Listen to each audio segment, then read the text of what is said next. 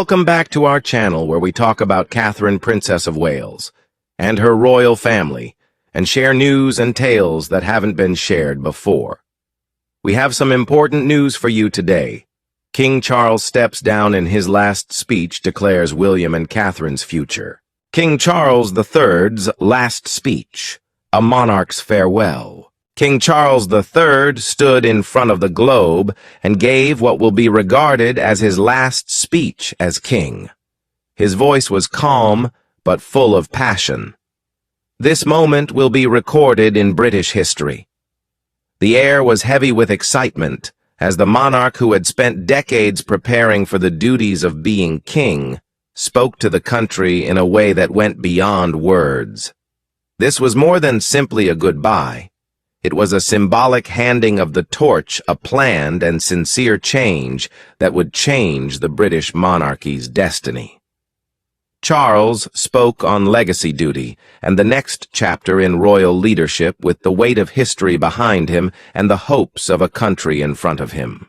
The event was very personal but also quite public, a unique combination of intimate feelings and national importance. Charles spoke as a king, a father and a grandpa, while standing in the blue drawing room at Buckingham Palace.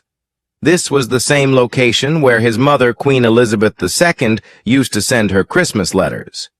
His comments had the weight of a king who had spent his whole life getting ready for this job, but they also had the warmth of a guy who knew how important trust, continuity, and passing things down through generations were. This speech was not one of giving up, but of determination. It was a statement that the monarchy needed to change and that his son, Prince William, and his family were the best people to lead the way into the future. This moment is really important. In a time when the importance of monarchs is often being questioned, Charles's choice to officially give the monarchy's future to William, Catherine, Princess of Wales, and their kids was a brilliant mix of old and new. The crown may survive not by holding on to the past, but by looking forward with hope. When the monarch finished speaking, there was a moment of silence in the chamber before a wave of emotion poured over the courtiers. The world was watching as this happened, and it was history in the making. A legacy of service, the heavy burden of King Charles's reign.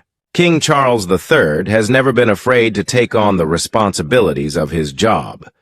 He took on the role of public servant, with a strong sense of duty from the time he was the Prince of Wales, and this would characterize his reign. During his decades-long time as heir apparent, he was always dedicated to causes that were frequently beyond the normal duties of a prince.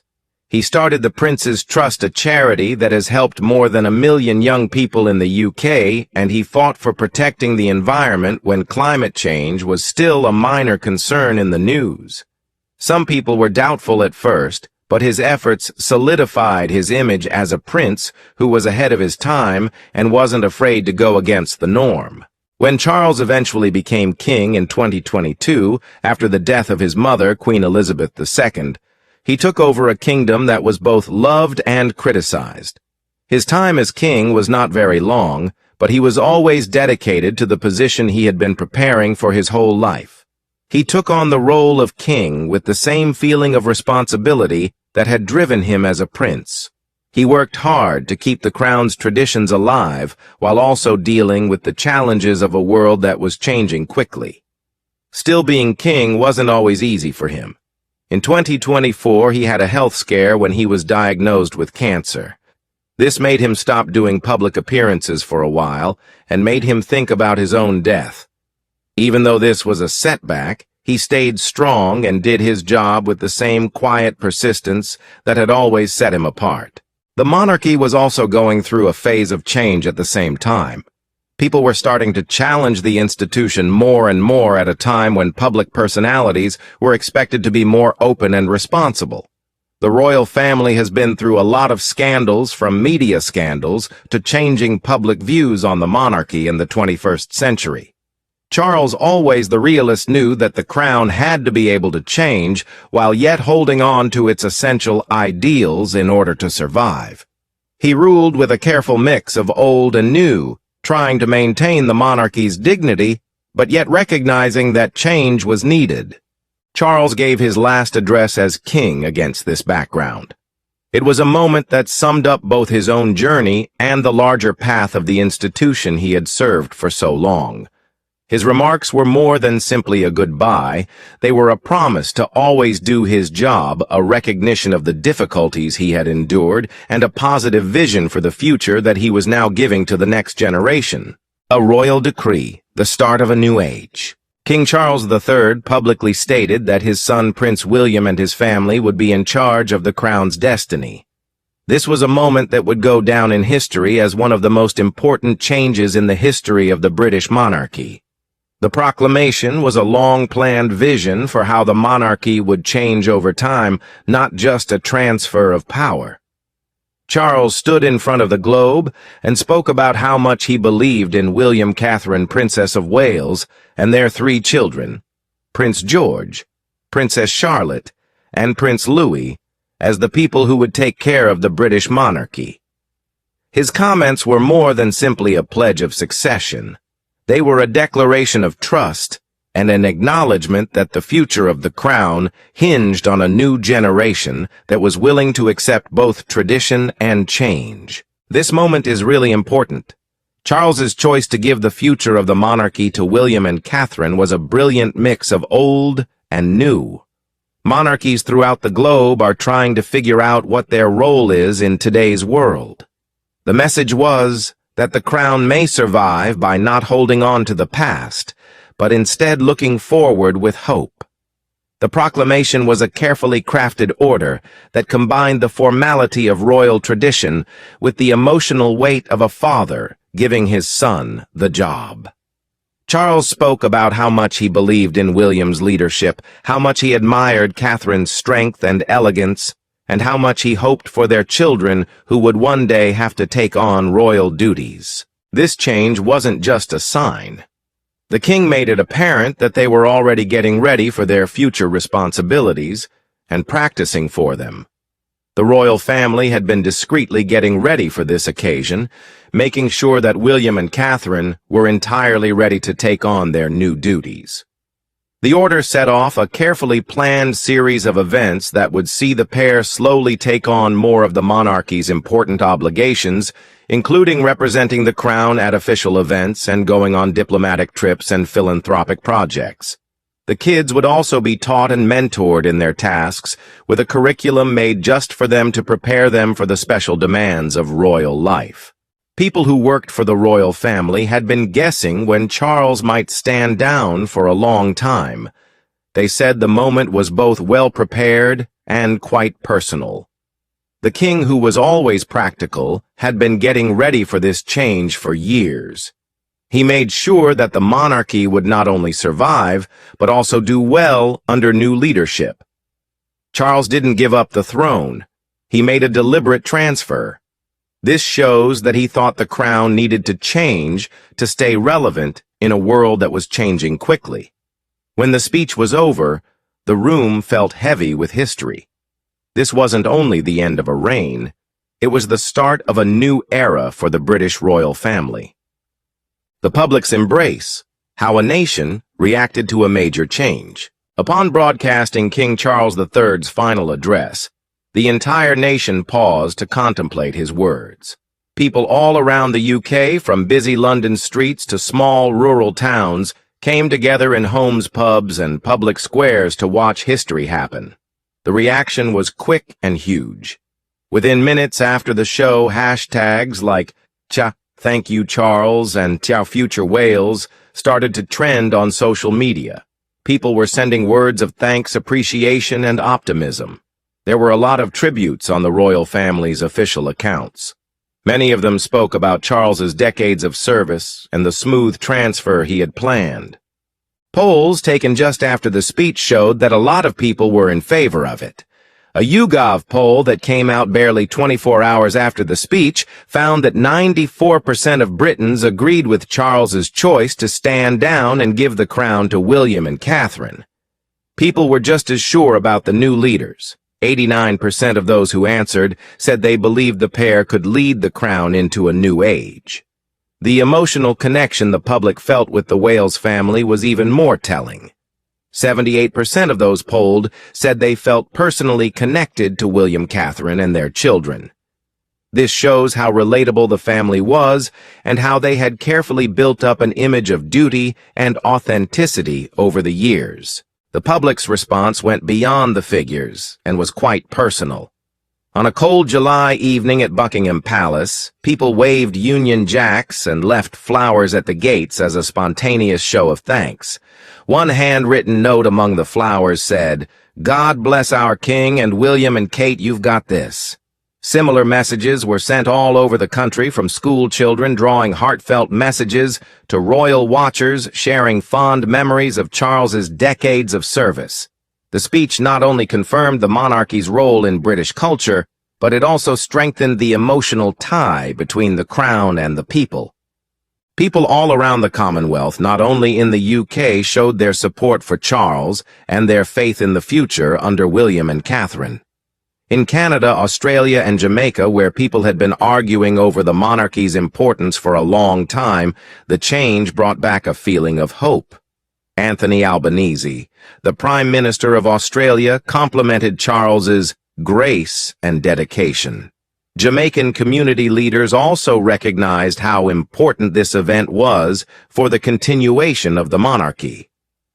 These answers showed a bigger truth.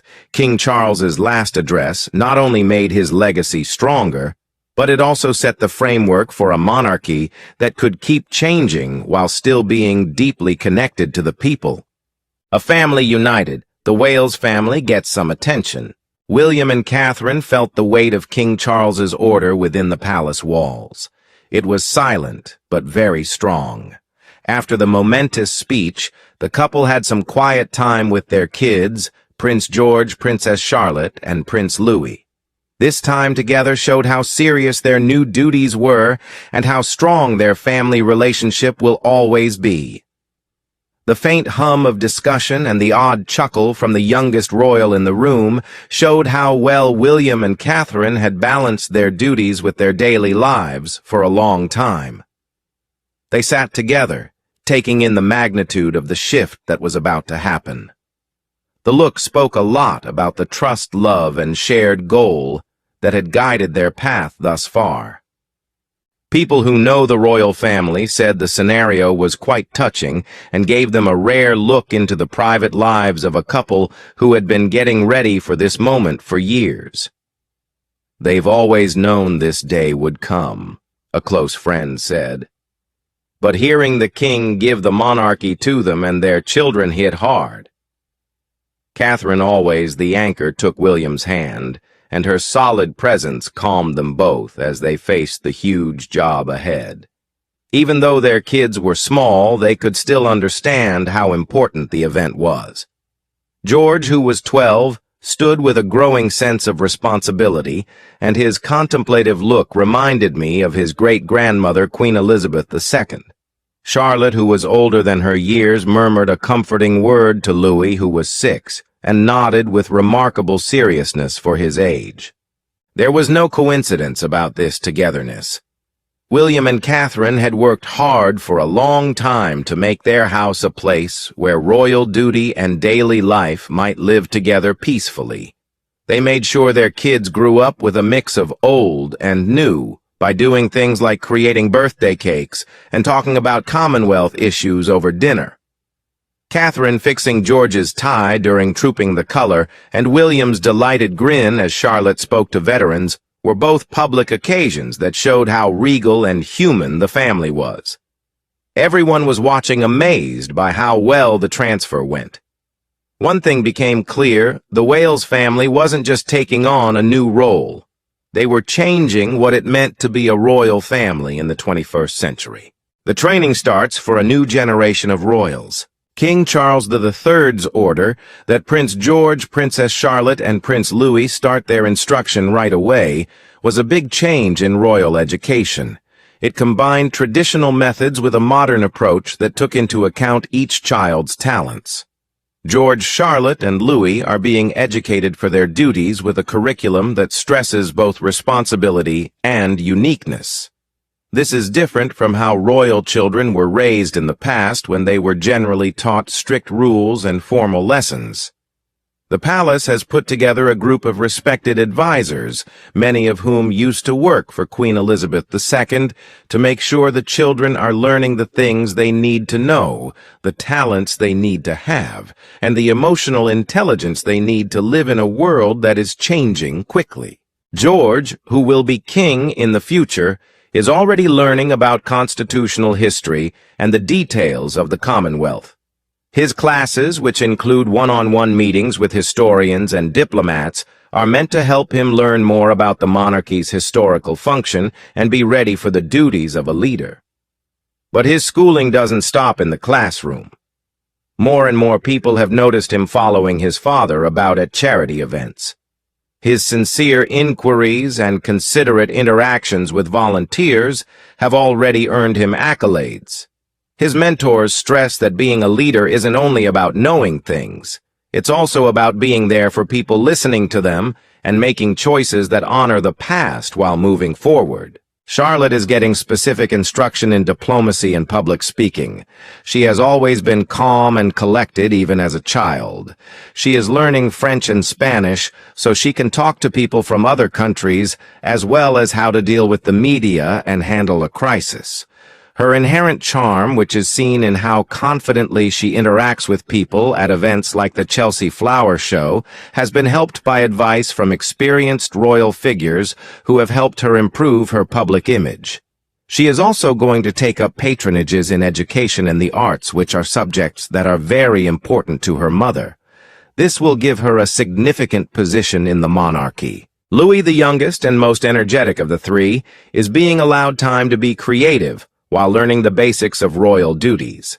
He is already very interested in music, acting, and storytelling, so these are some of the things he will be learning.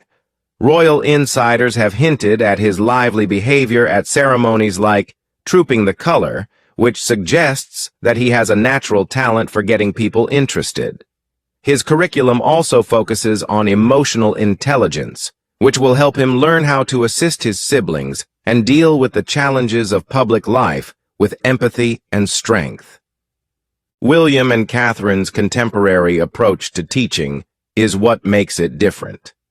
They focus on finding a balance between royal duties and regular childhood activities. The Wales kids are not raised in the same strict way as kids from earlier generations. Instead, they are encouraged to follow their hobbies while yet being gently led toward their future vocations. Charlotte takes ballet lessons, George plays soccer, and Louis plays in the garden. These activities are all part of a carefully planned balance that helps them learn their responsibilities without feeling too stressed. The couple has also started letting their kids use social media under supervision, knowing how it may affect how others see them and getting their kids ready to use the internet safely and confidently. This way of doing things is part of a bigger change in how the monarchy is getting ready for the future. William and Catherine are making sure that the future generation of royals will be both talented and approachable, by adapting their children's education to their unique abilities while keeping a solid basis in tradition. People are quite excited about this new chapter, and social media is full of praise for how calm and kind the kids are. One thing that is evident as the world observes is that the monarchy is not just transferring the torch, it is changing what it means to carry it on. A nation's heartfelt response, love from the people, and a royal connection. When King Charles III's last address was over, the British people were filled with a combination of gratitude, pride, and optimism for the future. People all around the UK, from the busy streets of London to the peaceful towns in the countryside, came together in homes, pubs, and public squares, many with tears in their eyes, to see history happen.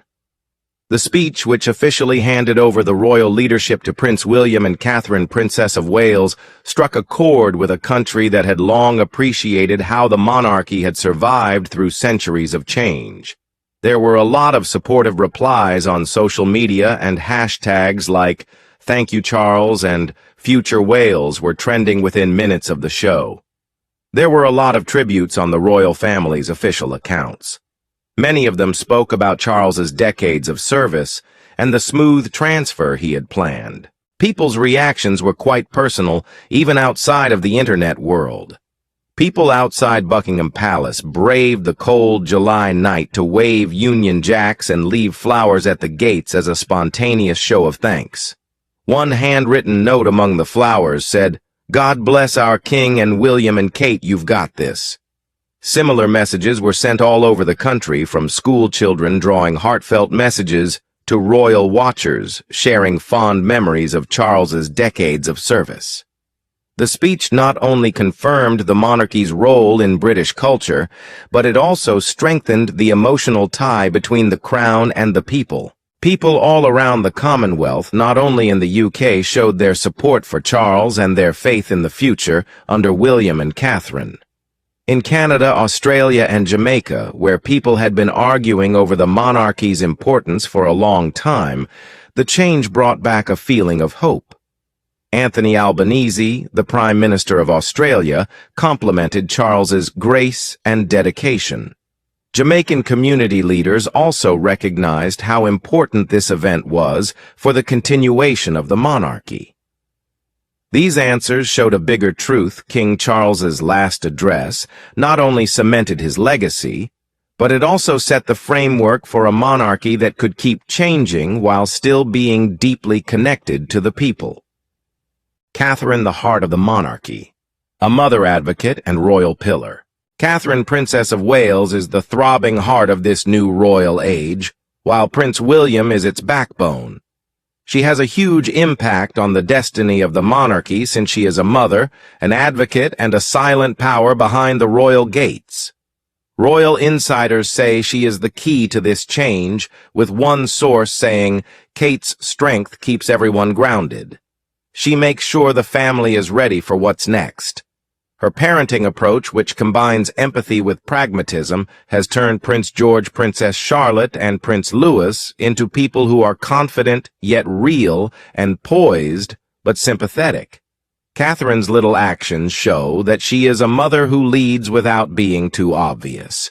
For example, she put her hand on Charlotte's back at Queen Elizabeth II's funeral and playfully nudged Louis during trooping the color. Catherine's effect goes beyond these public events and is quite intimate. People who know her say she used to talk to William late at night about their children's futures while juggling her royal obligations with her daily life. She is quite clear that kids should have both a sense of purpose and freedom as they grow up. A close aide said, "This means personalized education plans, George learning about the Constitution, Charlotte exploring diplomacy, and Louis embracing the arts, all overseen by Catherine to make sure they reflect each child's unique strengths." Her own programs, like the Center for Early Childhood, shape her approach, which stresses emotional intelligence as much as rules. At a recent school function, Catherine was observed stooping down to soothe Louis, who was apprehensive and murmuring things that made him smile. That tiny thing, which was recorded on tape, went viral, and supporters on social media called her the mom we all wish we had. People really love them. People on sites like X call her a queen in waiting and the monarchy's hidden weapon. A recent study found that 91% of Britons see her as a role model, and many point to her recovery from cancer as evidence of her strength. Catherine's goal goes beyond only her family. She is building a monarchy that is contemporary, open, and caring. The Wales family is not only ready for the future with her in charge, they are also changing it one passionate moment at a time. A new chapter for the crown.